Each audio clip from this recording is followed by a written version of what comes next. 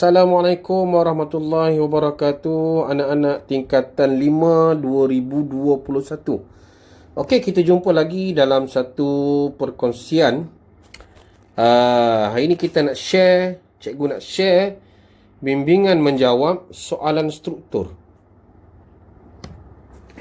Soalan struktur, pelajar boleh rujuk buku teks pada muka surat, kalau tak silap cikgu, 47 hingga 49. Okey. Tajuk kita ni ialah berkaitan dengan tajuk 3.3, iaitu di bawah tajuk yang di-Pertuan Agong dan Raja Berperlembagaan. Kita nak bagi tumpuan kepada pengasingan kuasa, yang mana di sini pelajar kena faham tentang badan ni, 3 badan utama. Badan perundangan, eksekutif, kehakiman. Okey, daripada sini baru kita nampak dengan jelaslah bahawa apa yang kita nak bincang ni, kita tengok soalan struktur dulu. Dia kata situ, nampak, senaraikan badan perundangan. Kita biasakan kita menggunakan 5M. Jadi kalau sini kita baca dululah. M yang pertama ini kita membaca. Dan kita menggaris. Besar sangat, cikgu kecilkan sikit lah. Okey, good. Okey. Kita nak tengok badan perundangan di peringkat persekutuan dan negeri. Itu yang kita nak jelaskan, sebab pelajar kena bezakan 3 tu. Badan perundangan di peringkat persekutuan, badan perundangan di peringkat negeri. Sebab bila kita faham nanti, barulah kita boleh melihat tajuk ini, sebab dia bersambung sampai 3.4. Kalau kita tengok situ, ini dia lebih kepada 3.3, 3.4. Dan kalau kita nak tengok lebih jelas, pelajar boleh tengok juga badan perundangan pada muka surat belakang-belakang buku teks, iaitu muka surat 52, 53, 54, 55. Cikgu letak di sini juga. Sebab badan perundangan ni dah ada 2. Comel sikit kan? Okey. Tumpuan kita ialah badan perundangan. Kalau kita tengok, ada peringkat negeri. Di sini dia ada peringkat negeri, dia ada peringkat persekutuan. Negeri itu kita lah. Kalau persekutuan besar, Kuala Lumpur. Apa badan perundangan yang ada di peringkat persekutuan? Dah tentu kita nampak yang ada yang buat undang-undang, nama pun badan perundangan. Sudah tentu ialah, pendek saja kita jawab, Parlimen. Kenapa pendek? Sebab ini huruf Roman. Kenapa pendek? Sebab dia huruf Roman. Kalau negeri yang terlibat dalam badan perundangan peringkat negeri ialah Dewan Undangan Negeri lah. DUN. Biasanya kita panggil DUN. Tapi kalau Parlimen tak ada ringkas dah. Memang Parlimen lah. Di sini kita kena faham. Pelajar mungkin jelas dalam tajuk-tajuk pilihan raya yang kita belajar, bagaimana cikgu letak warna purple di sini. Dalam pilihan raya kita tengok Parlimen ni dipilih. Ini kedua-duanya dipilih melalui pilihan raya. Yang bertanding pekat Parlimen lah. Boleh jadi menteri, boleh jadi Perdana Menteri dan sebagainya. Dewan Undangan Negeri ni YB. Semua YB. Ini pun YB. Persekutuan pun YB. Tapi yang berhormat membuat undang-undang di peringkat negeri. Markah 2 saja. Okey. Habis kita. Soalan 2. Cikgu usahkan sikit. Dia nak badan kehakiman. Okey. Tadi kita tengok Parlimen, kita tengok Dewan Undangan Negeri, kita tahu Dewan Senat. Jadi kita tengok, bila kita tengok kehakiman ni, dia agak unik sikit negara kita yang mengamalkan sistem demokrasi berparlimen. Kalau sistem raja berperlembagaan. Okey. Dia tanya terangkan peranan badan kehakiman. Okey. Peranan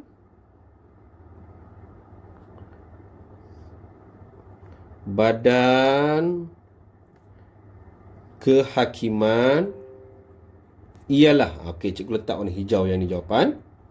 Okey. Siapa yang mengotai badan kehakiman itu kita nampak. Sudah tentu ialah diketuai. Kalau kita nak cerita apa ke badan kehakiman pun boleh. Ini kita anggap biasalah. Diketuai oleh siapa? Ketua Hakim Negara. Dan kita nampak apa tujuan badan kehakiman. Kalau kita nak buat itu dulu pun boleh. Di mana kita nampak boleh buat. Apa tugas ketua hakim ni? Dia yang memastikan apa kata nampak tu yang memastikan apa dia buat? Nama pun hakim. Sistem keadilan. Sistem keadilan dapat ditegakkan. Kita nampak di sini pelajar. Kita jawab pendek saja. Iaitu kita jawab, ini kita satu ketua hakim, satu ialah keadilan. Sebenarnya kita tertinggal jawapan lain. Ini kalau kita pelajari ini dia lebih cerdik sikit. Antara jawapan lain yang boleh diambil, apa itu badan kehakiman? Badan kehakiman ni dia ialah ada undang-undang tu dia mentafsir. Dia mentafsir undang-undang. Dan bila mentafsir, dia juga badan yang melaksanakan undang-undang. Melaksanakan undang-undang. 1, 2, 3. Kita nampak yang ketiga tu ialah dia kalau ada orang yang mempertikaikan, mereka ini akan mempertahankan undang-undang. Nampak? Daripada 2 tadi sudah jadi 5. 2 sini, 2 ni kita anggap yang biasa-biasa, yang mudah. Tambah 3 dah ada 5. Dan kita nampak banyak lagi menyelesaikan konflik antara kerajaan negeri dan sebagainya. Di situ banyak jawapan yang pelajar boleh buat. Sebab pelajar di sini, dia cikgu nak tunjuk tadi ada 2 muka surat. Satu kita belajar dalam ini 3.3. Ini 3.4. Jawapan kita 3.4. Kita tengok di situ. Okey, 2. Tengok soalan kebat cikgu besar kan. Kepentingan apa kita gunakan pengasingan kuasa ni? Maksudnya dalam pengasingan kuasa ni, maksudnya kita bahagikan tugas di antara negeri dengan persekutuan. Kepentingan ni faedah. Apa kepentingan dia? Mungkin kita boleh katakan fakta. Jawapan ini kita untung sebab dia munasabah. Apa tujuannya? Kalau kita nampak supaya dia dapat mewujudkan pemerintahan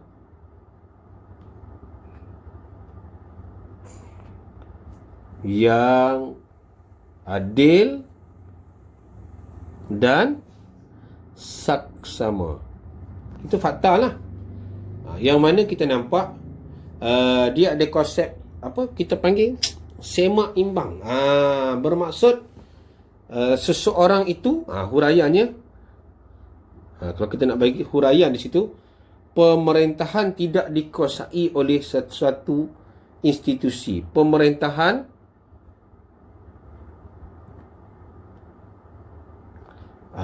dapat disemak imbang. Kita tulis apa tu konsep semak dan imbang.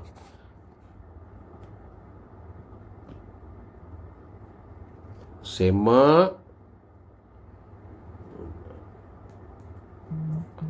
dan imbang. Kita nampak situ konsep semak. Jadi kita nampaklah bila ada konsep semak dan imbang ni, secara tak langsung kita nampak contoh apa kita nak bagi. Contohnya undang-undang akan dibahaskan dahulu. Bila nak ini kita nak konsepkan adil kan? Di mana dibahaskan dahulu? Di mana kita nampak? Di parlimen sebelum dipersetujui. Nak persetuju pun mesti 2/3 lah. Jadi kita nampak secara tak langsung kesimpulannya, pengasingan kuasa ni baik tak baik. Pengasingan kuasa ni dapat memastikan negara kita semakin dihormati. Bila negara kita dihormati, ekonomi berkembang, politik stabil. Okey, good. Nampak? Ini soalan struktur. Bila kita tengok esei, yang ini 3.3 atau 3.4. Yang ini ialah soalan esei 3.3. Kalau kita tengok sini, ini cikgu tak nak bagi panjang sangatlah. Pelajar mungkin boleh tengok dan jawab sebab kita nak pastikan pelajar faham. Bila kita dapat soalan esei, apa yang perlu kita dedahkan kepada pelajar ialah dia ada konsep 5M. Apa itu 5M? Kita akan buat baca keseluruhan, menggaris, menjawab. Bukan menjawab. Ini kita guna patah balik ni. Menjawab ni yang keempat. Di sini ada lagi yang ketiga ni, iaitu merangka. Dan yang kelima ialah menyemak. Okey, kita ada 5 ni. Barulah kita buat. Okey, dapat soalan. Kita ada 2 ciri dia kata. Tradisional, moden. Itu stimulus. Dia kata cara pemilihan yang di Pertuan Agong. Kita garis. Markah dia nak 4. Jadi kita buatlah rangka dulu. Macam mana Agong kita dipilih? Di kalangan siapa? Dia nak 4 saja. Kalau kita tengok Agong dipilih ni, mungkin kita katakan, cikgu pilih warna lain lah. Warna purple. Agong dipilih di kalangan raja-raja Melayu. Yang memerintah, apa kita kata, 9 buah negeri. Bagi contoh negeri. Contohnya, mungkin kita nak kata Perak, Selangor, secara bergilir-gilir. 5 tahun sekali. Okey, dah dapat 4. Kita nak 4 di situ. Ataupun kita nak tambah lagi dengan persetujuan majlis raja-raja dan sebagainya. Ini pelajar boleh rujuk pada buku teks muka surat 46. Kalau kita nak rujuk, yang ini rujuklah muka surat 46. Nanti pelajar cuba jawab nanti. Okey. Itu bezakan yang seterusnya. Itu kuasa eksekutif yang di Pertuan Agong. Ini muka surat berapa pelajar tengok. Dalam 3.3 ini ialah pada muka surat 48. Yang ada 7 tu. Kita nampak ada kuasa eksekutif. Lepas tu ada bawah kuasa eksekutif tu kita tengok ada kuasa perundangan, kehakiman dan sebagainya. Pelajar kena bezakan situ. Cikgu hanya bagi contoh Macam konstitusi dalam buku teks tu dia dah bold kan. Contohnya apa kita nampak? Melantik Perdana Menteri. Perdana Menteri terdiri daripada Dewan Rakyat. Okey, nanti tolong buat ini. Terdiri daripada ahli Dewan Rakyat. Apa lagi kita nampak? Mungkin terlibat sebagai pelantikan jawatan penting. Contohnya SPR. Parlimen Angkatan Tentera. Ketenteraan macam mana? Ketua Angkatan Tentera. Macam mana dari segi pengampunan? Okey, good. Yang ini pelajar boleh buat. Sebab dia nak direct saja kuasa eksekutif yang di-Pertuan Agong. Sama yang sini. Kita nampak kembali kepada kepentingan. Kepentingan faedah tak setia. Bila sebut faedah pelajar, tolong biasakan kepada ekonomi, politik, sosial. Apa faedah yang kita dapat di situ? Kalau masyarakat tak setia kepada pemerintah, dari segi ekonomi, mesti ekonomi akan berkembang. Politik stabil, sosial aman. Kembangkan lagi.